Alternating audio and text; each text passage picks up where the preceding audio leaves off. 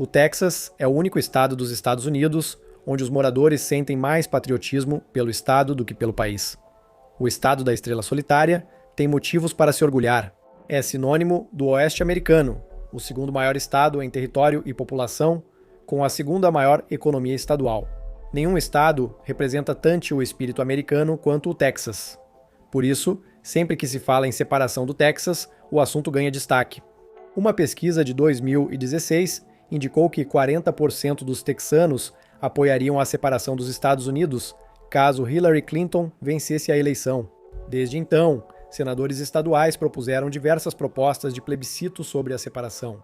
É difícil imaginar o Texas se separando, mas hoje seria possível? E o estado conseguiria sobreviver como país independente? Antes de explicar por que alguns texanos querem se separar dos Estados Unidos, é importante lembrar a época em que eles conseguiram se separar do país. Depois que o México conquistou sua independência da Espanha, na Guerra da Independência Mexicana, em 1821, ele teve um problema. Os índios Comanche, que já foram entre 20 e 40 mil, dominavam grandes áreas das planícies do sul, como o Texas, e frequentemente invadiam terras mexicanas, matando quem ali vivia.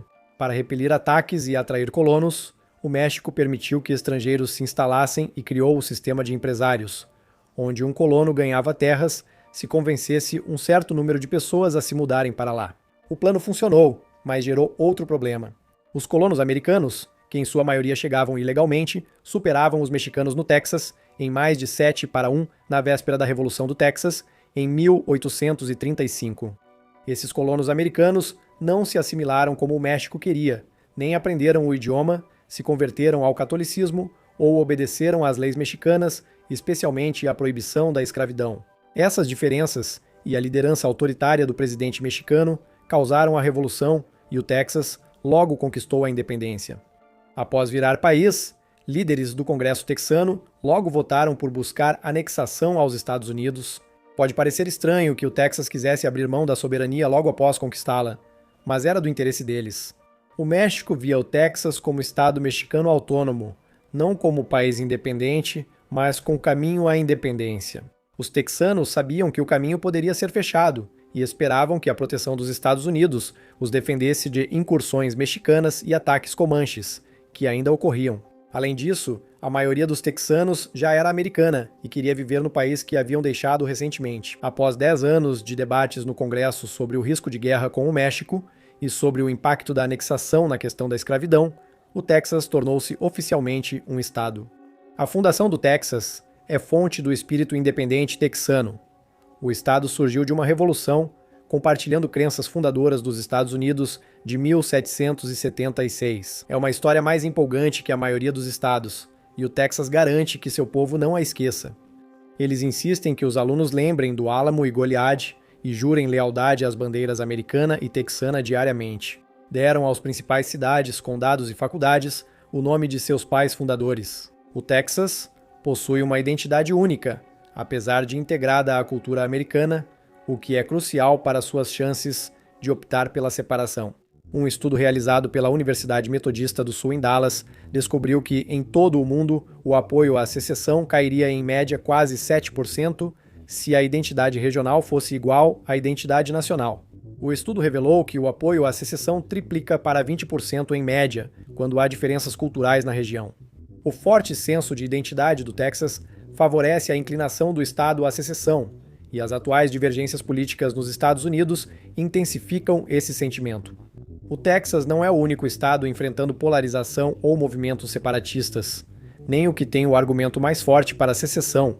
Essa honra pertence ao estado mais novo dos Estados Unidos, o Havaí. Alguns havaianos nativos dizem que, por ter sido anexado por resolução e não por tratado, como seria exigido, o Havaí foi anexado ilegalmente. Imagine se Joe Biden aprovasse uma lei tornando a Groenlândia o 51º estado sem consultá-los. Isso, junto com o Congresso reconhecendo que o Reino do Havaí nunca cedeu formalmente sua soberania, faz com que ativistas defendam mais autonomia para as ilhas do que outros estados. Enquanto alguns havaianos nativos querem que as ilhas se tornem totalmente independentes dos Estados Unidos, muitos outros querem que as terras sejam devolvidas a eles e que tenham mais autonomia sobre essas terras. Se algum estado tem argumento legal para a secessão, o Havaí tem, embora a maioria não queira. A Califórnia também já cogitou se separar. O movimento começou em 2015 com o Yes California, um movimento conservador que queria redefinir a relação da Califórnia com o resto do país e transformá-la em uma, entre aspas, nação dentro de uma nação. Eles argumentam que a Califórnia tem uma história única e uma economia forte o suficiente para seguir sozinha. E eles não estão errados nesse ponto econômico. A Califórnia tem um PIB estadual de 3,7 trilhões de dólares, o que a torna tecnicamente a quinta maior economia do mundo e sozinha seria o 38º maior país em termos de população. Alguns californianos sentiram que suas crenças não estavam mais sendo bem representadas e queriam sair. Mesmo com essa motivação extra para se separar, a maioria dos californianos simplesmente não apoia a ideia.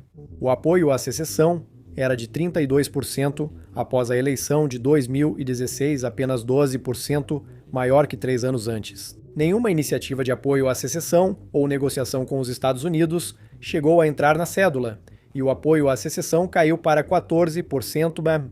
Movimentos de secessão não precisam de amplo apoio para atingir seus objetivos, principalmente se não buscam de fato a secessão. Em 1982, a Patrulha de Fronteira dos Estados Unidos instalou uma barreira na única entrada terrestre de Key West, Flórida, ameaçando o turismo da ilha.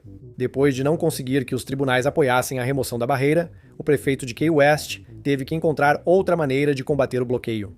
Ele decidiu que a melhor opção para Key West era uma ação de marketing. Ele se autoproclamou primeiro-ministro do recém-independente estado que chamou de Conch Republic e declarou uma guerra de brincadeira aos Estados Unidos, batendo um pão na cabeça de um homem vestido de oficial da Marinha. O prefeito se rendeu às autoridades e pediu $1 bilhão em ajuda de guerra. Nem preciso dizer que ele não conseguiu o dinheiro, mas a repercussão que ele gerou fez com que a Patrulha de Fronteira removesse a barreira. Essa pode ser considerada a única secessão bem-sucedida dos Estados Unidos, dependendo do ponto de vista. Há outros movimentos de secessão em outros estados. O Partido da Independência do Alasca é um partido libertário fundado para promover a separação pacífica do Alasca dos Estados Unidos, alegando que Washington ignora as necessidades e opiniões dos alasquianos. Os movimentos de secessão no país apresentam muitas semelhanças. Exceto no Havaí e Califórnia, a maioria dos defensores da secessão é conservadora e acredita que o governo federal interfere demais no estado, prejudicando o povo. Muitos desses movimentos, e especialmente os conservadores, acreditam que o colapso dos Estados Unidos é inevitável e que seu estado um dia será independente de qualquer forma. Todos esses movimentos de secessão modernos foram pacíficos, exceto, em determinado momento, o Texas. Esse momento ocorreu na terceira tentativa de secessão deles, nos anos 90, liderada pela República do Texas, grupo do oeste do Texas que considerava ilegítima a anexação do estado. Eles entregaram ao governador um aviso de despejo e processaram o governo federal pedindo $93 trilhões em reparação. A organização desmoronou após seu fundador e seguidores invadirem uma casa estratégica para sua causa e fazerem os moradores reféns. Reféns, sequestradores e seu líder se renderam. No ano seguinte, o grupo foi desmantelado por planejar matar Bill Clinton e outros funcionários do governo. A República do Texas foi dissolvida após esses atos de terror e, mais tarde, substituída pelo Movimento Nacionalista do Texas. Mas, em vez de buscar independência com processos e armas, os nacionalistas do Texas seguem o exemplo do Brexit, conquistando apoio público e político com mensagens e propostas levadas às urnas. Embora o Texas não possa sair dos Estados Unidos apenas por meio de uma proposta levada às urnas, falaremos mais sobre isso depois, o grupo espera que um voto a seu favor possa forçar Washington a abordar a questão. O grupo afirma ter 425 mil membros e que alguns políticos e autoridades apoiam o movimento em privado. Desde sua fundação, há quase 20 anos, o movimento nacionalista do Texas fez avanços notáveis. Em 2009, o governador do Texas insinuou que o estado poderia tentar se separar se Washington o irritasse demais. Em 2021, um senador sugeriu que o estado poderia sair da União se a situação dos republicanos piorasse muito. O Partido Republicano Estadual afirmou em sua plataforma que o Texas ainda pode se separar se desejar, e uma futura votação pode incluir uma pergunta hipotética e não vinculante aos eleitores republicanos sobre se apoiariam a separação dos Estados Unidos. Pesquisa de 2022 apontou que 60% dos texanos apoiavam deixar pacificamente os Estados Unidos para criar seu próprio país com outros estados. Isso é bom para os apoiadores da independência, mas muitos deles talvez não apoiassem a ideia se a secessão se tornasse concreta, e não só um pensamento abstrato. Mesmo sem apoio, o direito constitucional impediria. Como esperado, o governo afirma que os estados não podem sair da União sozinhos. Você pode se surpreender ao saber que a Constituição nunca diz isso. Ela tem 7.500 palavras e não menciona a secessão, nem nas emendas aprovadas após a Guerra Civil, quando seria mais relevante abordar o tema. Na verdade, foi a Suprema Corte que declarou a secessão ilegal no caso Texas vs. White, decidindo que o Texas nunca se separou legalmente da União durante a guerra. Um estado só pode sair dos Estados Unidos, por meio de uma revolução bem-sucedida, ou se o governo federal concordar em permitir isso. Ironicamente, o Texas alegou nunca ter se separado para reaver títulos federais vendidos pelo governo confederado na guerra. Não surpreende que o Texas fechasse a porta legal para ser a secessão ao tentar recuperar algum dinheiro. Naturalmente, os secessionistas ignoram a decisão do caso Texas vs. White. Eles dizem que o caso foi decidido para manter o Texas na União, não por uma interpretação justa da Constituição. A secessão, segundo eles, é garantida pela 10ª emenda, que afirma que o governo só tem direitos previstos na Constituição. Assim, um Estado pode sair da União, pois esses direitos pertencem aos Estados e ao povo. Um governo estadual deveria só precisar do consentimento do povo para sair da União. Porém, os secessionistas texanos enfrentarão dificuldades para o Congresso aceitar essa ideia. Caso não consigam, só resta obter apoio de 2/3 das duas câmaras do Congresso e de 38 estados para permitir a saída. Outra tarefa difícil. O Texas representa quase 9% da população dos Estados Unidos, 7% de seu território, 8,5% do seu PIB e, respectivamente, 40% e 25% das reservas de petróleo e gás natural do país. Nenhum político quer ser lembrado por deixar os Estados Unidos perderem tudo isso. Os republicanos têm ainda mais motivos para votar contra a saída do Texas, pois perderiam 2 assentos seguros no Senado, uma dúzia de representantes no Congresso e qualquer chance de ganhar a Casa Branca no futuro. Washington nunca permitiria que um estado grande o suficiente para sobreviver por conta própria se separasse. Se o Congresso barrar a independência, restaria a rebelião armada? O Texas tem mais de 1 milhão de armas registradas. Armas registradas, o dobro do segundo estado com mais armas, a Flórida. E as forças militares do Texas têm um orçamento de 1 bilhão e 850 milhões de dólares. Mas essa opção é ainda mais improvável.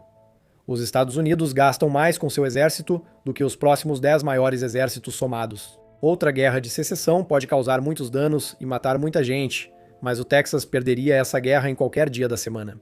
Nenhum estado, nem mesmo o Texas, vai sair dos Estados Unidos a menos que os Estados Unidos permitam.